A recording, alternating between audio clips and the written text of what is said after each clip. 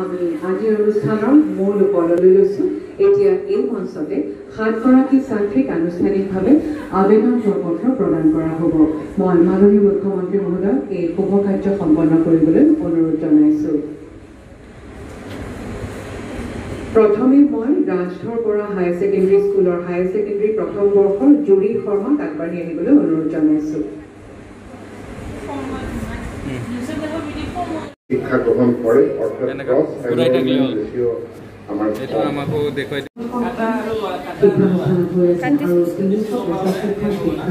আজি আবেদন পত্ৰ প্ৰদান কৰা হ'ব। এতিয়া মুখ্যমন্ত্ৰী নিযুক্তি আঁচনিৰ নিৰ্মিত এখন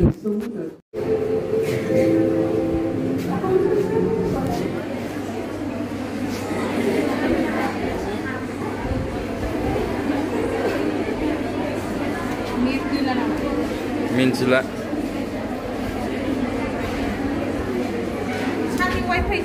No.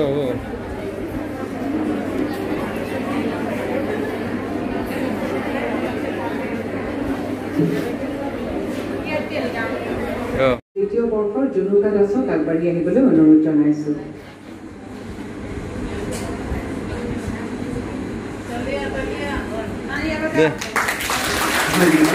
এইবাৰ কংগ্ৰেছ মহাবিদ্যালয়ৰ স্নাতক প্ৰথম বৰ্ষৰ ৰিয়া দাসক আগবাঢ়ি আহিবলৈ অনুৰোধ জনাইছোঁ। Very good. ধন্যবাদ। এইবাৰ চিৰিংগাঁও মহাবিদ্যালয়ৰ স্নাতক দ্বিতীয় বৰ্ষৰ সেল্ফ ফাইনেন্সিং কোৰ্চৰ লিজা বৈশ্যক আগবাঢ়ি আহিবলৈ অনুৰোধ জনাইছোঁ। ধন্যবাদ। এইবাৰ ভেৰি গুড মামাজী। স্নাতকোত্তৰ দ্বিতীয় বৰ্ষৰ উপাসনা শৰ্মাক আগবাঢ়ি আহিবলৈ অনুৰোধ জনাইছোঁ। অসমৰ মাননীয় মুখ্যমন্ত্ৰী ডক্টৰ হিমন্ত বিশ্ব শৰ্মাদেৱক তেখেতৰ বহুমূলীয়া ভাষণ প্ৰদান কৰিবলৈ বিনম্ৰ অনুৰোধ জনাইছোঁ।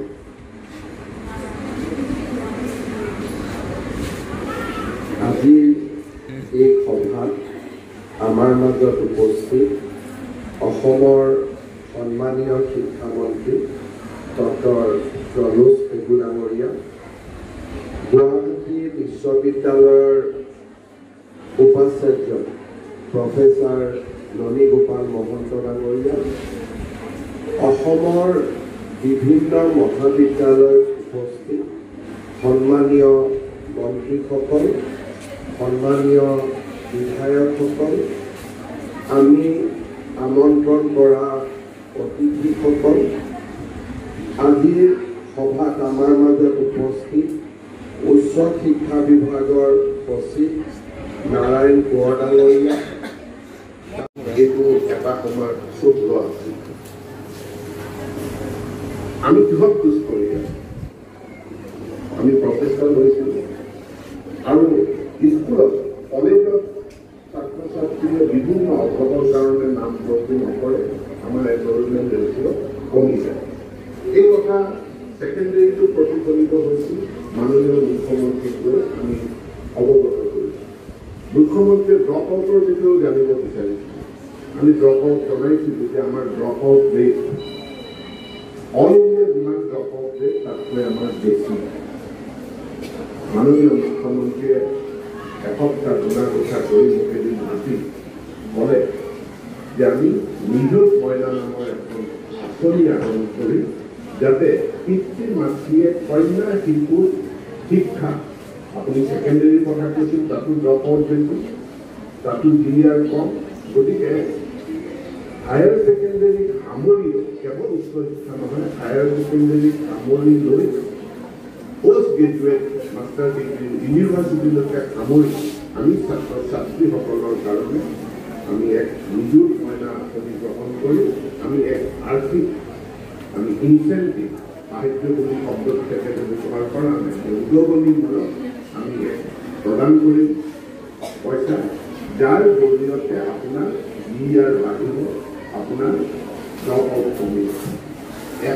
বছৰৰ ভিতৰত আমাৰ GDR উচ্চ শিক্ষা 16.9-ৰ পৰা এতিয়াও যদি প্ৰকাশিত হোৱা নাই প্ৰায় 18.5-লৈ উন্নীত হৈছে গ্ৰছ এনৰলমেণ্ট ৰেটৰ বাঢ়িছে আমাৰ drop out rate higher secondary drop out rate এতিয়া কমি গৈছে ড্ৰপ আউট ৰেট কমাবলৈ সক্ষম হৈছোঁ অৰ্থাৎ আধাতে বিদ্যালয় এৰা বিশেষকৈ ক্লাছ 11-12-ত বিদ্যালয় এৰা ছাত্ৰ ছাত্ৰীৰ সংখ্যা এতিয়া কমি গৈছে এক পিতৃৰ মমতাৰে এই নিযুত মইনা আঁচনিখন প্ৰস্তুত কৰিছে আৰু এই নিযুত মইনা আঁচনিখনৰ প্ৰভাৱ কেনেকুৱা মই যিকোনো মহাবিদ্যালয়লৈ গ'লেই ছাত্ৰীসকলৰ মাজত সোমালেই আমি এই নিযুত মইনা আঁচনিখনৰ প্ৰভাৱ আমি অনুভৱ কৰোঁ আৰু বিদ্যালয় শিক্ষা উচ্চ শিক্ষা বিভাগত যেতিয়া আমি পৰিসংখ্যাসমূহ চাই থাকোঁ এই পৰিসংখ্যাৰ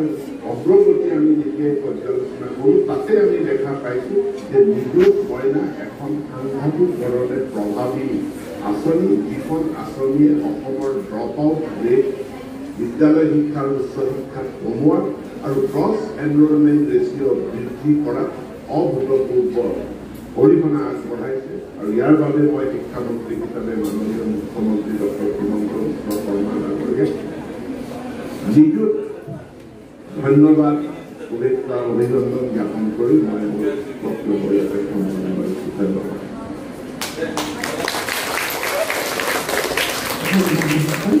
এইখিনিকে জনাব